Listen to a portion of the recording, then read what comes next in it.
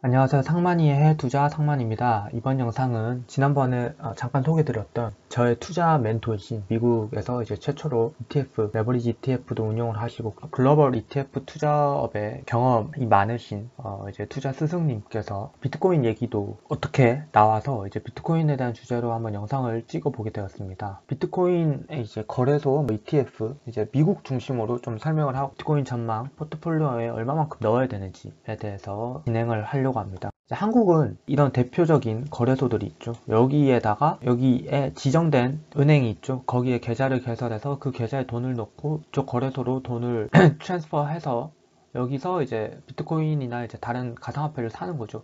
그런 이제 식인데 저는 이제 이 거래소들을 이제 사실 별로 신뢰하진 않습니다. 미국의 경우를 한번 보죠. 미국이 가장 가상화폐에 대해서 이제 제도권에 편입되려는 시도도 많이 했고 지금 뭐 옵션이라든지 이런 것도 많이 나온 상태니까 어느 정도 반 정도 제도권화 되어 있다라고 저는 생각을 하는데 우리나라처럼 이제 가상화폐 거래소가 있고 그 다음 전통적인 증권 거래소가 있습니다. 거기에서도 이제 가상화폐를 거래할 수 있는 유사한 방법이 있다.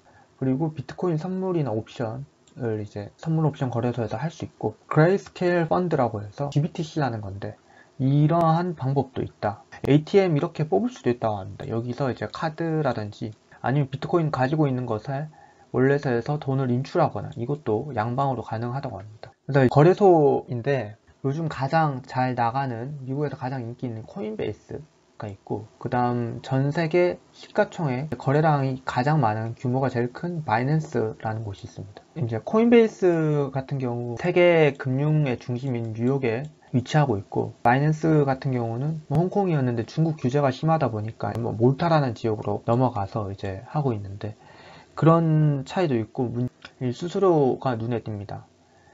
스프레드가 한 0.5%인데 수수료가 지금 1.49 되어 있는데 카드로 하면 높을 때는 3.99%까지 된다고 합니다. 바이낸스는 반면에 한 0.1% 정도의 수수료인데 이게 사실은 또 카드로 하게 되면 한 2% 정도 실제로는 나가겠네요.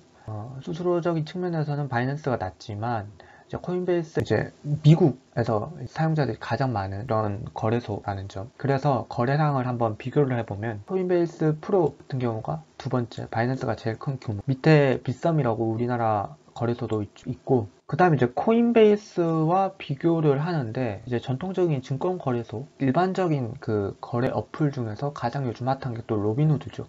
올해 4월인가 5월 달에 출시를 했죠. 비트코인 또 거래가 가능하도록 한 7가지 정도 됩니다. 지금 되는 게. 그리고 코인베이스 같은 경우는 대부분의 이제 코인들을 거래를 할 수가 있습니다. 차이점이 이제 또 수수료적인 측면인데 이게 아까 얘기했듯이 1.49에서 3.99. 그 다음 스프레드가 있는데 로빈후드는 사실 스프레드를 제외해서 따로 이제 수수료가 드는 게 없습니다. 그래서 훨씬 좋아 보이긴 하는데 여기서 이제 사고 이제 디팟이 타는 부분에 있어서 여기는 카드로도 가능하고 이제 은행 계좌가 조금 자유로운 편인데 로빈후드는 이제 이 특정 은행에서만 이제 트랜스퍼를 할 수 있다, 송금을 할 수 있고 인출하는 것도 마찬가지입니다. 여기서는 이렇게 조금 다양한 편인데 여기는 은행만 이용을 해야 된다. 그래서 로빈후드는 조금 초심자의 경우 좀 권장을 하는 것 같고 그 다음 코인베이스 같은 경우는 그 가상화폐 투자에 익숙한 사람들이 많이 선호를 하는 것 같습니다. 앞에 같은 경우는 거래소 얘기인데 제도권 안에서 진짜 자산으로 취급을 받고 이제 제도권 안에 투자를 할 수 있는 방법이 이제 ETF가 있죠. ETF가 지금 비트코인이 현재까지는 없는 상황입니다. 이게 면역을 보면 2013년에 이제 윙클보스라는 형제인데 이분들을 간략히 소개하면 페이스북 아이디어를 먼저 제시를 했다고 합니다. 그래서 현찰로 500억 정도를 그 페이스북 창업자인 그 주크버그한테 달라고 했는데 이게 주식으로 받았다고 합니다. 그렇게 돼서 IPO 하고 나서 페이스북의 주가가 올라갈 때 이분들이 그 매매 차익을 거둬서 그 엄청난 양의 비트코인, 당시는 지금보다 훨씬 저렴했죠. 샀는데 그때 당시 기준으로 한 약 1% 정도를 샀다고 합니다. 그래서 이분들이 이제 비트코인 ETF를 이제 상장시키려고 윙클보스 비트코인 트러스트를 이제 2013년도에 그 프로포저 했는데 이게 또 리젝되고 2018년도에도 두 번째 시도를 했는데 리젝되고 올 초에 일시어 여기서도 했는데 리젝트되고, 그 다음 이거는 조금 다른 곳 버뮤다 스톡 익스체인지에 뭐 상장이 되긴 했는데 미국에서는 지금 계속 인정을 못 받고 있습니다.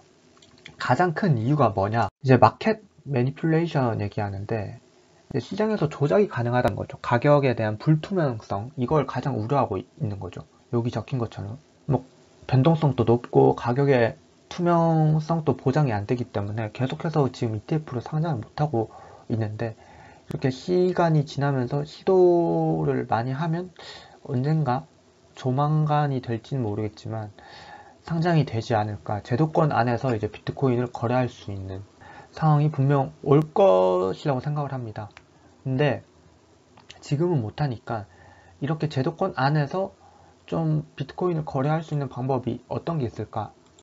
첫 번째가 이제 이 아크사에 나왔던 이제 ARKW라는 ETF 보면, 아까 이제 GBTC라는 것이 있는데 뒤에 설명드릴 테지만 한 2% 정도 담고 있습니다. 비트코인을 대신 하여 이제 거래를 할 수 있는 건데, 뭐 웨이트가 그렇게 크지가 않습니다.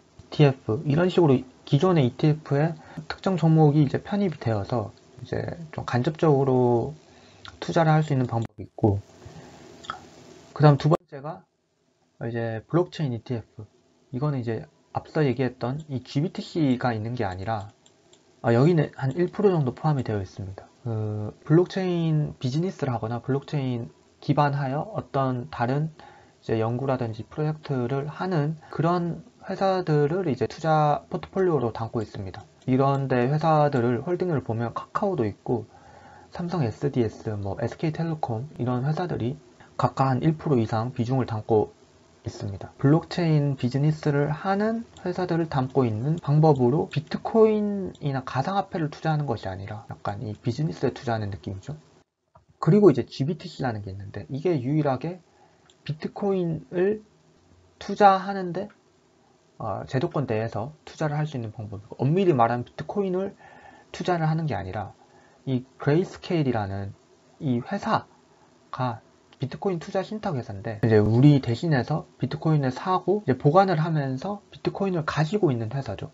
엄청 많이 구매를 해서 이 회사의 주식을 사는 거죠. 이 회사의 주식을 사면 비트코인을 간접적으로 투자가 가능하니까 그런 개념으로 생각을 하면 될 것 같습니다.